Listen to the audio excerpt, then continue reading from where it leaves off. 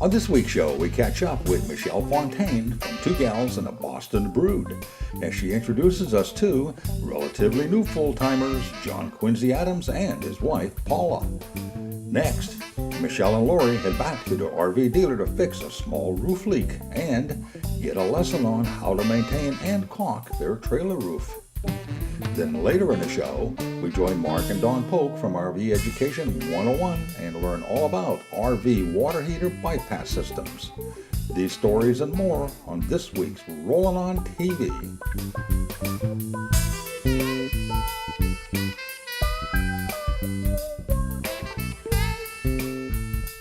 Rollin' On TV is brought to you by Carefree of Colorado, celebrating 45 years of RV awning innovation. Closed captioning, where available, is sponsored by Jayco. At Jayco, we've been making family dreams come true since 1968.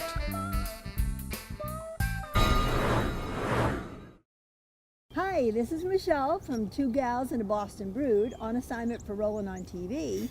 And Laurie and I happened to stop at a Harvest Host spot last night in Christiansburg, Virginia. And I am here with Paula and John Quincy Adams. Thank you for having this interview with us. Thank you. Good morning. Good morning. That's right. A nice crispy frost on the pumpkin. Yes, absolutely. So the thing is, John and Paula are full-timers. So tell us why and how you came to be full-time RVers. Well, it happened last year. We had an epic journey on the Appalachian Trail. We hiked the Appalachian Trail, all 2,190 miles of it, and over the course of 6.5 months. And over the course of that 6.5 months, it's quite a life-altering adventure. And you're living with just what's on your back. And we realized in that journey that, wow, we really don't need a lot, and we really liked adventuring. And how about we do this full time?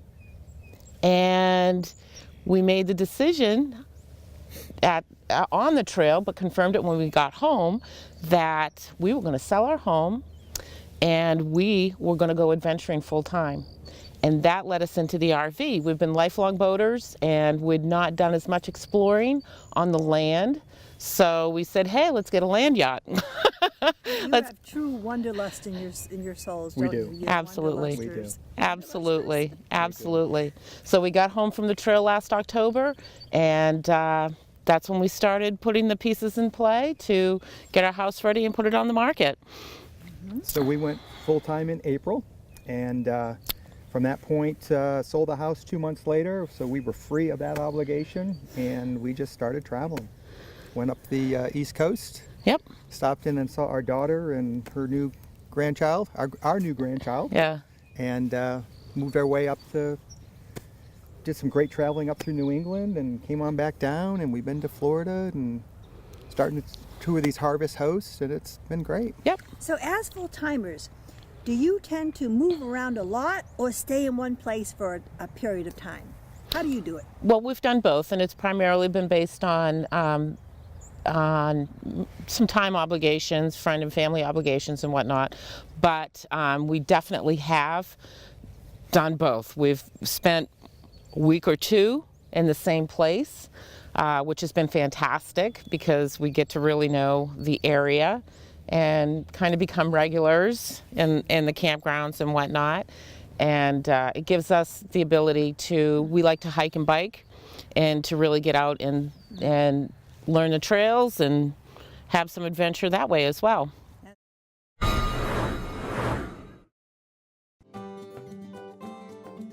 Someone once said, the camping doesn't really start until the RV awning comes out. Whoever said that really knew what they were talking about. Carefree of Colorado, celebrating 45 years of RV awning innovation. For more information, visit our website at carefreeofcolorado.com.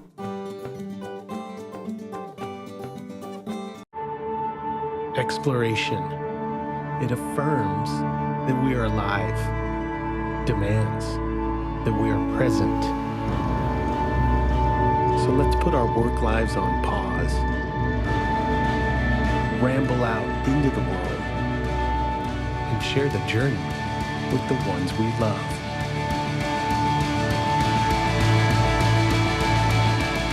For more information, visit lancecamper.com. Hi, I'm Jeff Johnston with Rollin' on TV. And I'm Pam Johnston. And we want to wish all of you a Merry Christmas and a happy holiday season.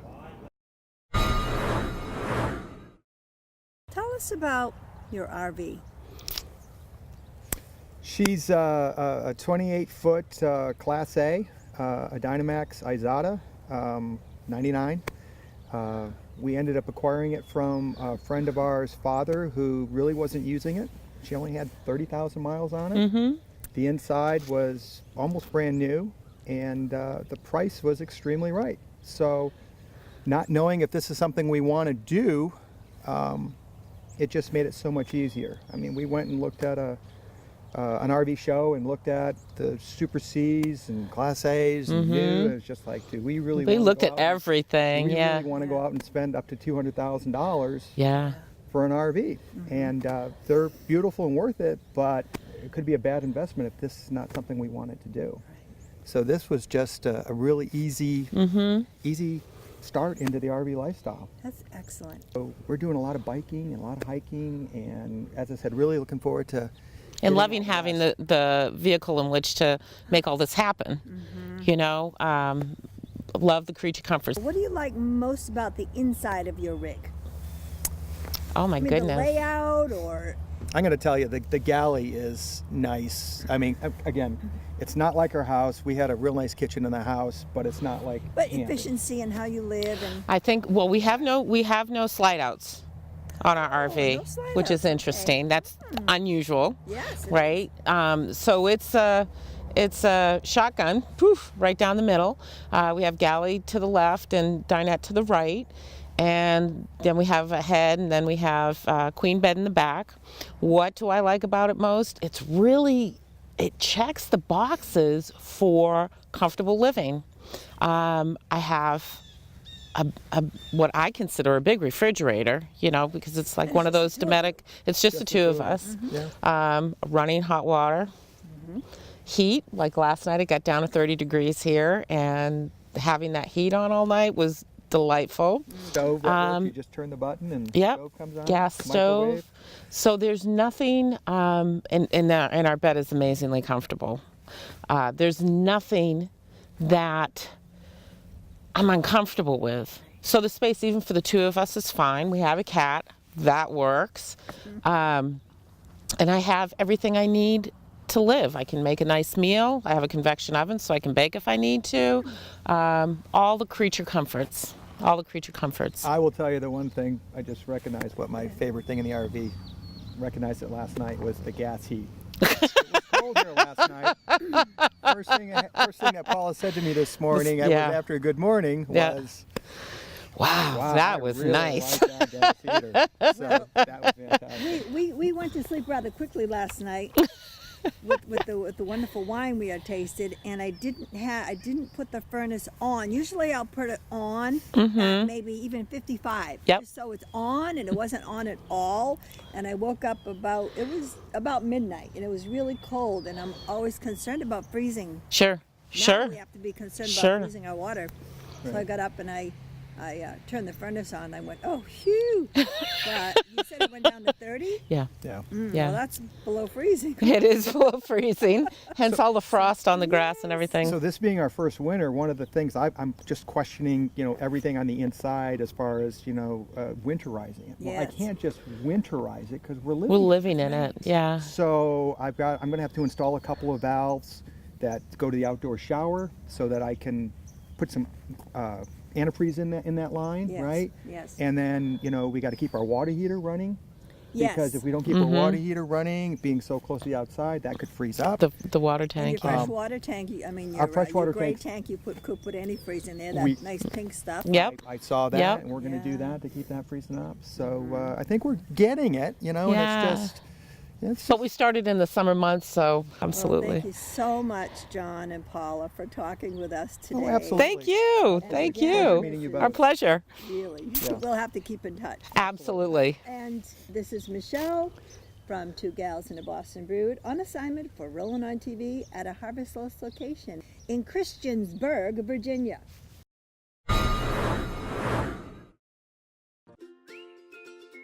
At Jayco, we're a lot more than just an RV manufacturer. We're all about family, and we've been making family dreams come true since 1968. To see our complete product line and find your nearest Jayco dealer, visit us online at jayco.com or just log on to rollinontv.com. Simply put, Thetford's Aquachem has outsold all its competitors combined because it's the strongest holding tank deodorant available. It provides the strongest odor control around the clock in all temperatures and conditions. It quickly liquefies waste and tissue and is 100% biodegradable. Aquachem, the industry standard for 50 years. For more information, visit Thetford.com. Aquachem, another great product from Thetford. Imagine yourself in this picture. If you've been dreaming about you and your family going on a camping and RVing vacation, then quit dreaming and head over to the Boston RV and Camping Expo. The expo runs January 18th through the 21st at the Boston Convention and Exposition Center. For more information, visit bostonrvexpo.com. Hello and Merry Christmas from Mark and Don Polk with RV Education 101 and the rest of the Rollin' on TV family. Enjoy this holiday season with family and friends. And we'll see you right back here in 2019. Merry Christmas and Happy New Year. Today, I'm with Maxwell Nason, who is the sales manager of Happy Camping RV Sales. And we brought our Lance up to Max, and Happy Camping RV Sales is located in the Adirondack Park, way up there. Way up there. Way up there, that's right. And we got some snow coming down, and Max is going to instruct us as to how to maintain our roof. Absolutely, absolutely. So go for it. So right off the bat, they came up here because they've had a slight water issue, or I shouldn't say slight, but had a water leak in the roof. So I'm familiar with the problem and we have a solution for it, but we're going to kind of go through ways to check it, how to approach it, and just kind of where to start. It is a non-walkable roof, is probably the correct term that a lot of people are going to understand fairly quickly. So one of the most common questions is, how do I get on my roof? How do I get up there? You can use a ladder to approach each side. If you have to get more towards the center, you use a weight displacement technique, basically putting out a piece of plywood or a board or something to displace the weight, so that when you get up there you can kind of lay down or whatever the case may be to get certain. You're not going to fall through. It's just not going to hold a lot of weight in one area very well. As you can see, we have a couple things up here that we brought with us.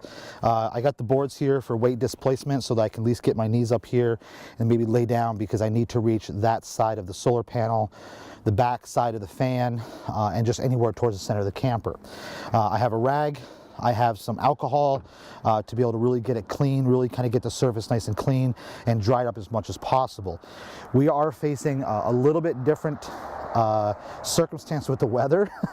It's very cold up here. I mean, not terribly cold, but it's, 30s or so.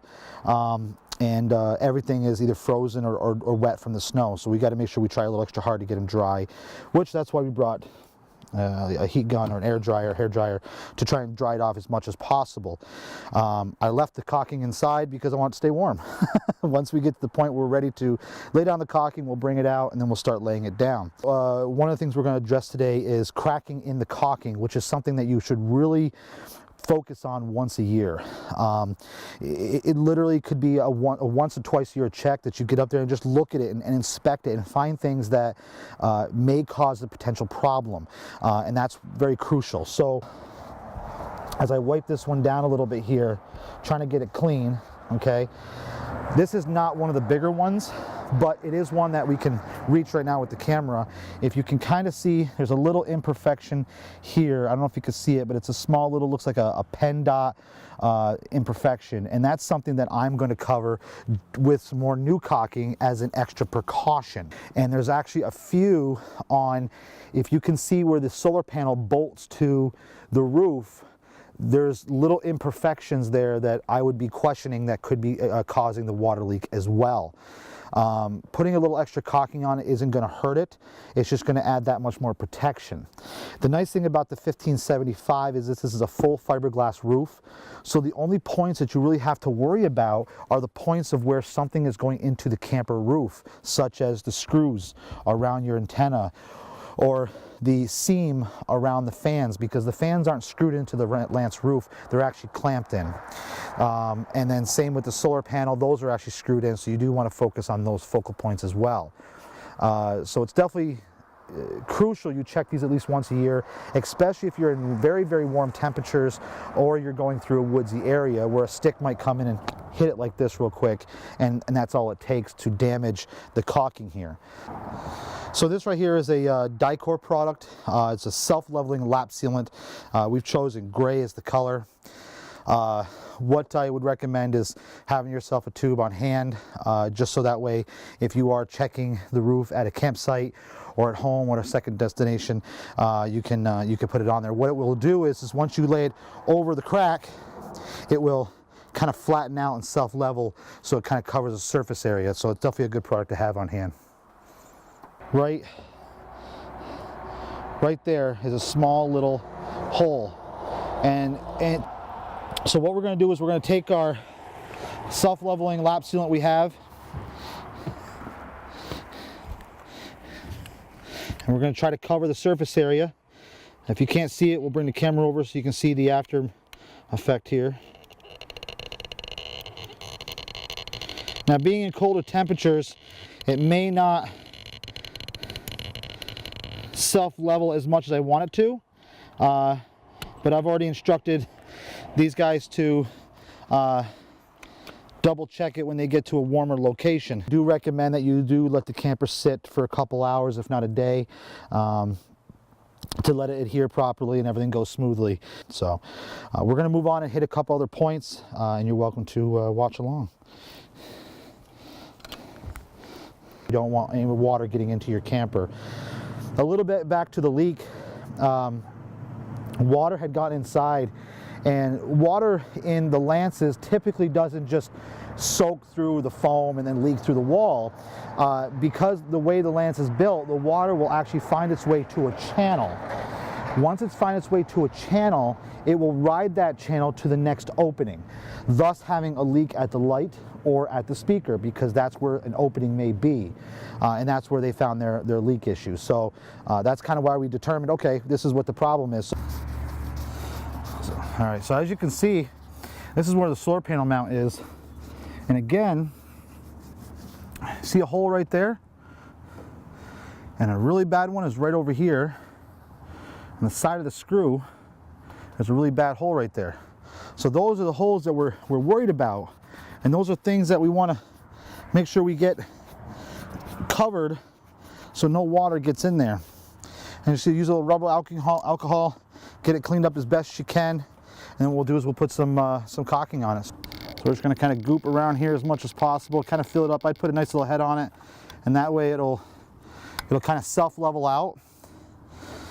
This one I'm going to kind of do on the center again, and then I'm just going to kind of lean this way just a little bit, so that way it'll cover that section.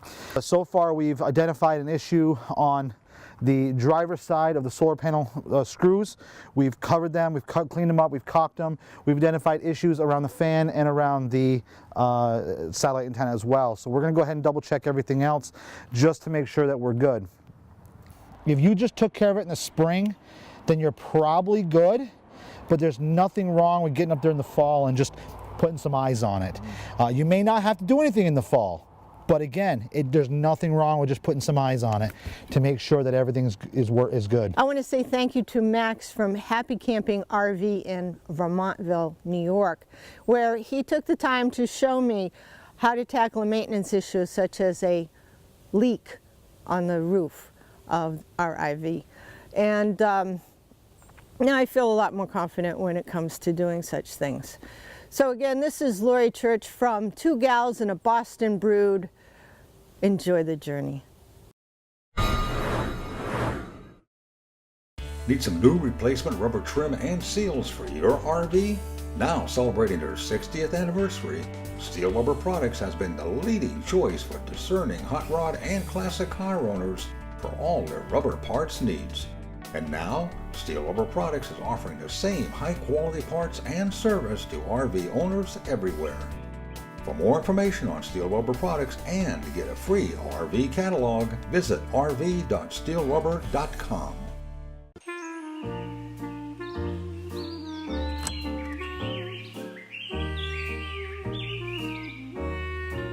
When you have a Truma AquaGo instant hot water system, you can expect to make a lot of new friends.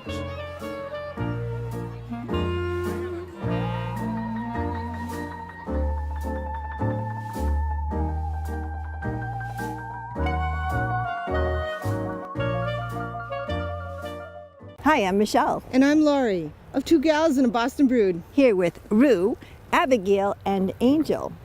In the Adirondacks, wishing you a Happy New Year. Hi, I'm Mark Polk with RV Education 101. A water heater bypass system can be confusing until you have a better understanding of what it is and how it works. That's what we're going to discuss today. Let's get started.